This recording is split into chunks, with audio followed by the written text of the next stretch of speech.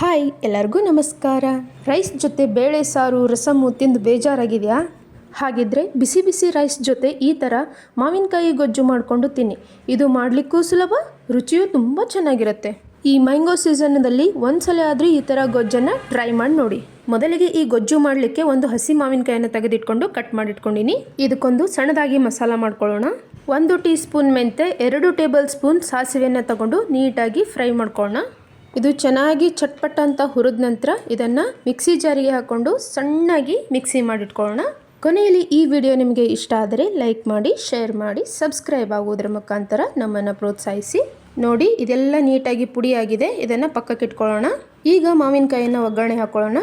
2 table spoon ಎಣ್ಣೆಯನ್ನು ಹಾಕಿ ಅದಕ್ಕೆ 1 tea spoon ಸಾಸಿವೆ, 1 ಟೀ ಸ್ಪೂನ್ ಜೀರಿಗೆ ಮತ್ತು 1 ಟೀ ಸ್ಪೂನ್ ಹಿಂಗನ್ನು ಹಾಕಿ 4 ಒಣ ಮೆಣಸಿನಕಾಯಿಯನ್ನು ಕಟ್ ಮಾಡಿ ಈ ರೀತಿಯಾಗಿ ಹಾಕ್ಕೊಳ್ಳೋಣ.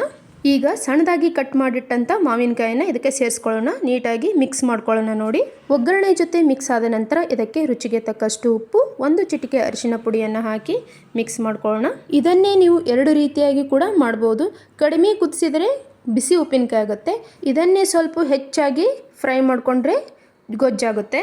ಈಗ ನೋಡಿ, ಎಲ್ಲವೂ ಮಿಕ್ಸ್ ಆಗಿದೆ. ಇದರ ಮೇಲೆ ಒಂದು ಮುಚ್ಚಳವನ್ನು ಮುಚ್ಚಿ 2 ರಿಂದ 3 ನಿಮಿಷ ಸಣ್ಣ ಉರಿಯಲ್ಲೇ ಬಿಡಿ. ನೋಡಿ, ಎಲ್ಲ ಹೋಳುಗಳು ನೀಟಾಗಿ ಮೆತ್ತಗಾಗಿವೆ. ನೋಡಿ, ಇವಾಗ ಇದಕ್ಕೆ ನಾವು ಮಸಾಲೆ ರೆಡಿ ಮಾಡಿಟ್ಕೊಂಡಿರ್ತೀವಲ್ಲ, ಆ ಮಸಾಲೆ 2 ಟೇಬಲ್ ಸ್ಪೂನ್ ಅಚ್ಚ ಖಾರದ ಪುಡಿ, 1 ಟೀ ಸ್ಪೂನ್ ಬೆಲ್ಲ, ಎಲ್ಲವನ್ನು ಚೆನ್ನಾಗಿ ಮಿಕ್ಸ್ ಮಾಡಿಕೊಂಡು ಅರ್ಧ ಕಪ್ ನೀರನ್ನು ಹಾಕಿ ಕುದಿಸಿದರೆ 1 ನಿಮಿಷ ಆದ ನಂತರ ರುಚಿಯಾದಂಥ ಮಾವಿನಕಾಯಿ ಗೊಜ್ಜು ರೆಡಿ ಆಯಿತು.